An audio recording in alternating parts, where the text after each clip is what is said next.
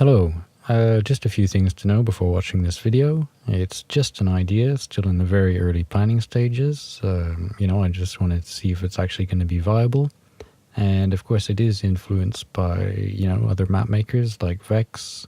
And also, if you think you get the message about what's going on in the first couple of minutes, feel free to skip ahead to around 6 minutes to get a closer look at some of the elements I've already made and the kind of thing I'm looking for. Okay. Hello, I'm Red Eyes, and I thought I had a pretty good idea, so instead of sending everyone a wall of text PM, I thought I'd make a quick video.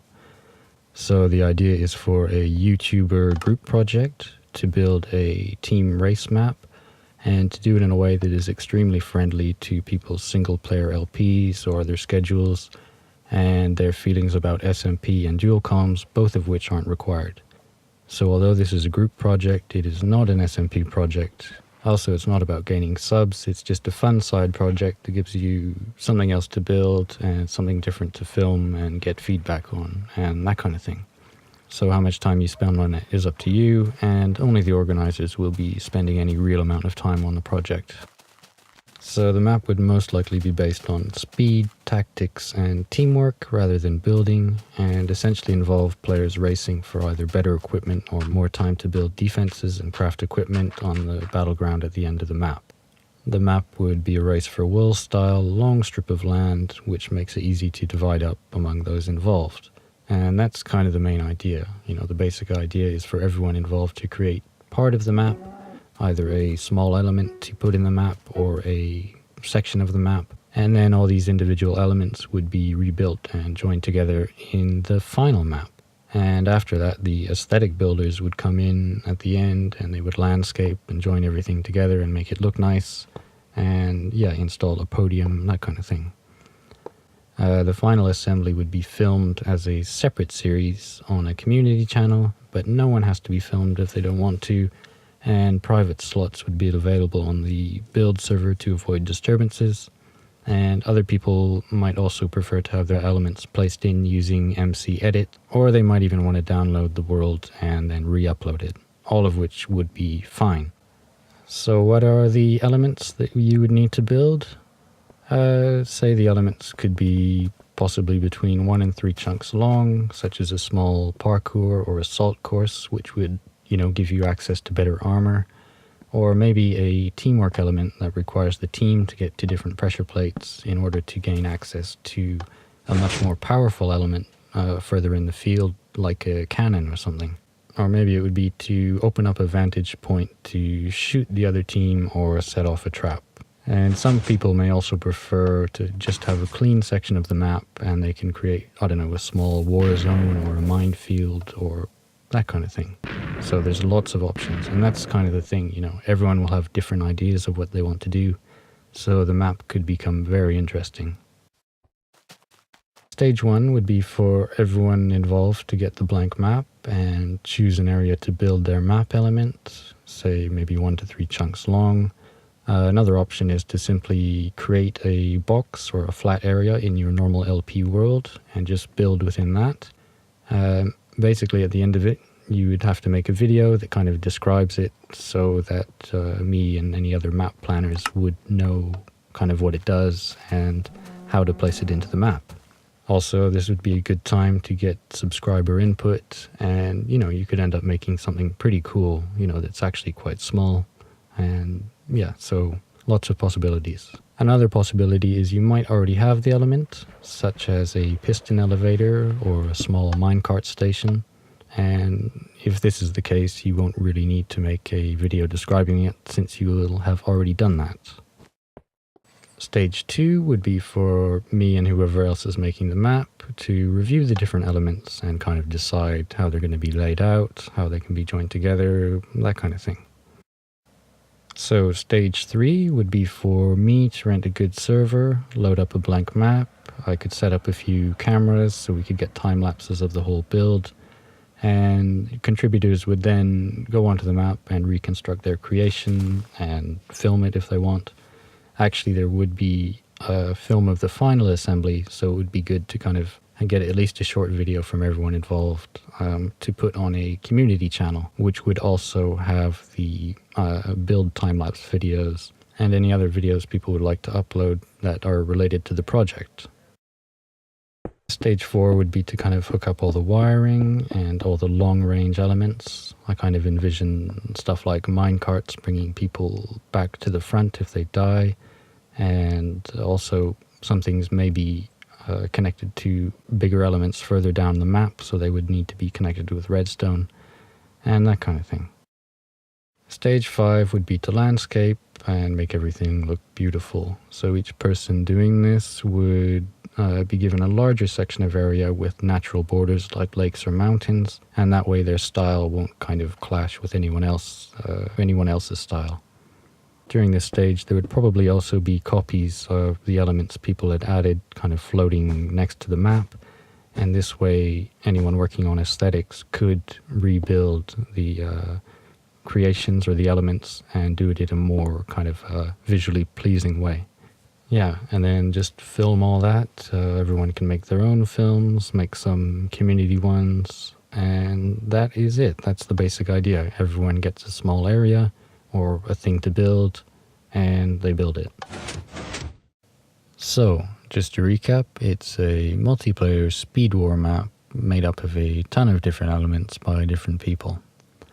So like I said, it's kind of designed for YouTubers, so they'll have videos to make, and it'll make kind of reviewing all the elements easier.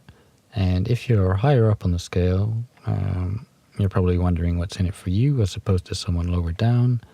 And the answer is not much. It's just some more content to make, and hopefully the subscribers will be interested as well. And, it's just kind of helping out the lower people. So, what I'm going to do now, seeing as you're still here, you're probably kind of interested. So I'll explain in more detail the kind of elements I've made so far. These are things that could be placed pretty much anywhere. So yeah, we'll take a closer look. This thing here is a vantage point to shoot an arrow out and, I don't know, hit either a pressure plate on the other side and trigger an explosion or something like that. And this pressure plate could be placed, I don't know, kind of say up there somewhere, and then one player would need to get here, the other one would need to get to this other pressure plate, and by doing that it would kind of activate the pistons. And then you connect it to an RS NOR latch so that, they don't have to keep it open. Once it's opened, it's opened. And, because you're not going to be spending very much time here, you're just going to come in, get off a few quick shots, and then leave. And meanwhile, this guy, he'll just hop on it and then leave. As long as they're on it at the same time, in this case. But it's really up to you how redstone-y you want to make it. This thing here is a kind of countdown chime thing that could be used to indicate when the doors are about to open. Yeah, again, just an idea. It could be made a lot better. I've never really used note blocks before. This thing here is obviously a very basic kind of parkour course. And the idea is that this door here would be closed, and you wouldn't have the tools to get through redstone, or it would take too long anyways. So what you want to do is have one person, whoever is best on your team, run up and try and get this pressure plate and open the door. And if they can't do it, the other person could take this slightly longer route and then activate it. So basically you would lose a tiny bit of time if you messed up. So you would probably send one person up here and one person through here. So it's, quite balanced. You're never going to be losing very much time in each section. And again, it's hooked up to an RS NOR latch to keep everything open once it's opened. To keep any team from getting too far ahead, I think every so often in the map there would be kind of impassable doors, and when they arrive here they would hit a button. It would count down, say, a 5-second timer, and then this door and the one on the other side of the map would also open at the same time. So this way it kind of equalizes any time differences as you go on, because the other team would, then realize they were behind and would be taking all of the faster routes and probably forfeiting any bonuses they would be getting by taking the more risky routes. This thing here is something I came up with when a ghast blew up my ladder and I had to build a little route down, and I found it was a lot more fun to try and avoid the blocks sticking out, which was my temporary way up. So you just kind of go down, and there, I did it quite well that time, and then you continue on. And if you mess up, you land in here, you might die, I guess. If you do, all your stuff would probably go in the lava. And if you live, then there's, a route to kind of make it back up again without losing very much time. In this case, the kind of forfeit for taking the riskier route would be taking damage as opposed to losing time. And then just to expand on this idea a bit, I thought that one of the kind of vantage points could be used to shoot, say, these pistons here. So you send a arrow onto there, and it makes this drop slightly more difficult. And, this is redstone, so you won't have the tools to get through it. Yeah, so you're kind of more likely to take damage here and lose time getting down. But the other team will have spent time activating the vantage point to shoot this obstacle. Because the map will be about speed, there won't be time to really slow down and craft anything or make any food. So this is an idea for a healing station.